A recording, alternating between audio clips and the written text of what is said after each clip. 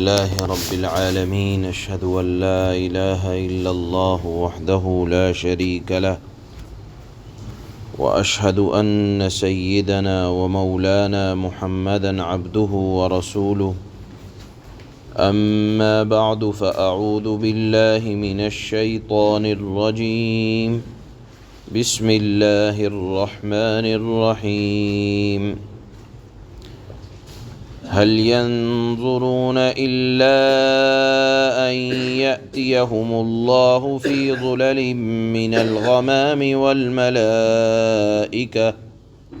والملائكة وقضي الأمر وإلى الله ترجع الأمور۔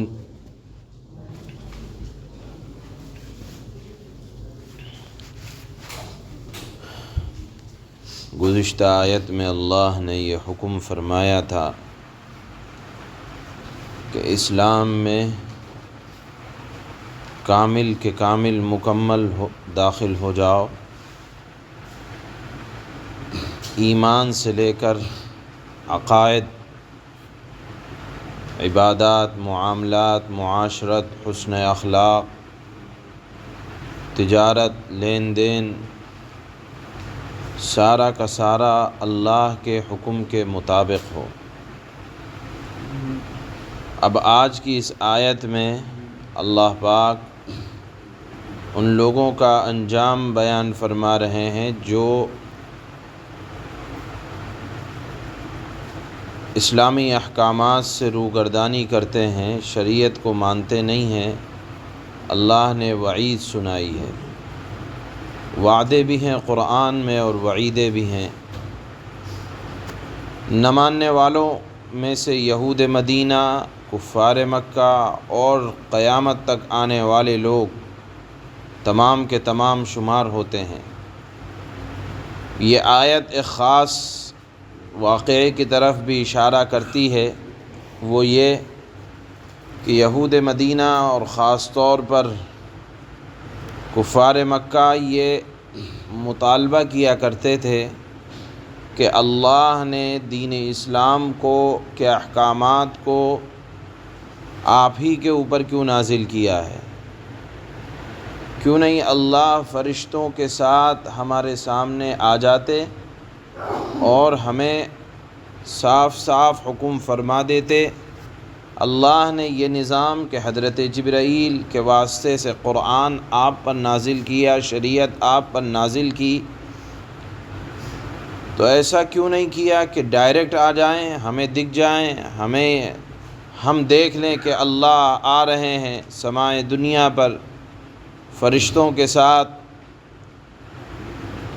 تو ایک بات تو دیکھیں کہ دنیا، اس کا جواب دیا گیا ہے کہ دنیا دار الامتحان ہے، اور دنیا کے اندر اللہ نے امتحان اس بات کا رکھا ہے کہ کائنات میں غور و فکر کر کے کائنات کے بنانے والی ذات یعنی اللہ پر ایمان لایا جائے۔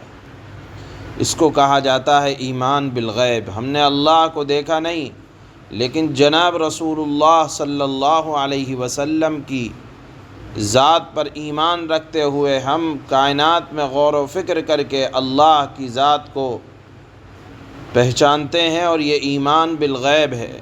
اسی کا اعتبار ہے، اگر اللہ نظر آ جائیں، غیب کی چیزیں نظر آ جائیں تو وہ ایمان معتبر نہیں ہوگا۔ جیسے موت کے وقت آدمی، موت نکل رہی ہے، جان نکل رہی ہے اور غیب کے پردے اٹھا دیے گئے، جس طرح فرعون کہہ رہا تھا کہ میں رب موسیٰ و ہارون، کہ میں موسیٰ اور ہارون کے رب پر ایمان لے آیا، ڈوب رہا ہے اپنی جان بچانے کے لیے، تو وہ ایمان جس وقت غیب سے پردے اٹھ جائیں وہ معتبر نہیں ہے۔ اور یہ غیب سے پردے اٹھیں گے، کب اٹھیں گے؟ جب قیامت کا دن ہوگا۔ قرآن میں اللہ نے فرمایا اذا دکت الارض دکا دکا وجاء ربک والملک صفا صفا، زمین کو کوٹ کر رکھ دیا جائے گا، ریزہ ریزہ ہو جائے گی، اور آپ کا رب اور تمام فرشتے صف در صف آئیں گے، اور تمام کو میدان محشر میں جمع کر دیا جائے گا، غیب کے تمام پردے اٹھا دیے جائیں گے، اس وقت کا ایمان معتبر نہیں ہے۔ ایک حدیث میں حضرت عبداللہ ابن مسعود سے مروی ہے کہ رسول اللہ صلی اللہ علیہ وسلم نے فرمایا، اللہ اولین اور آخرین سب کو جمع فرمائیں گے، تمام لوگ آسمان کی طرف کھڑے دیکھتے ہوں گے اور فیصلے کے منتظر ہوں گے۔ اتنے میں اللہ رب العزت والجلال ابر کے سائبانوں میں عرش سے کرسی کی طرف نزول فرمائیں گے۔ آگے بیان کیا اللہ کے نبی نے کہ جیسے بنی اسرائیل کو مخالفت پر سزا دی گئی، اب بھی ہمارا قانون یہی ہے کہ نافرمانوں کو حق کی سزا ملتی ہے، یعنی حق کے قبول نہ کرنے کی۔ بہرحال یہ یاد رکھنا چاہیے کہ اللہ پر، فرشتوں پر، اسی طرح آخرت کے دن پر ہمارا ایمان بن دیکھے ہے، اور یہی ایمان بالغیب اللہ کے یہاں معتبر ہے۔ اگر غیب سے پردے اٹھا دیے جائیں تو یہ قیامت کا دن ہوگا اور آخری دن ہوگا۔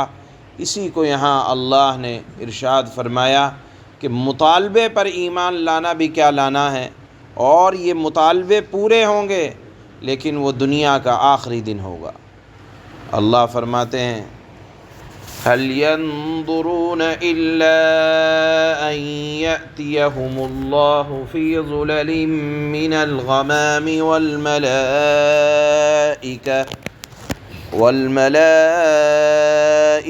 وقضي الأمر وإلى الله ترجع الأمور۔ یہ کفار ایمان لانے کے لیے اس کے سوا کس بات کا انتظار کر رہے ہیں کہ اللہ خود بادل کے سائے بانوں میں ان کے سامنے موجود ہو، اور فرشتے بھی اللہ کے ساتھ ہوں، اور سارا معاملہ ابھی چکا دیا جائے، حالانکہ یہ ابھی نہیں ہوگا، ہوگا قیامت کے دن ہوگا۔ اللہ نے فرمایا حالانکہ آخر کار سارے معاملات اللہ ہی کی طرف لوٹ کر رہیں گے، یعنی یہ تمام معاملات قیامت کے دن ہو کر رہیں گے۔ سبحان اللہ۔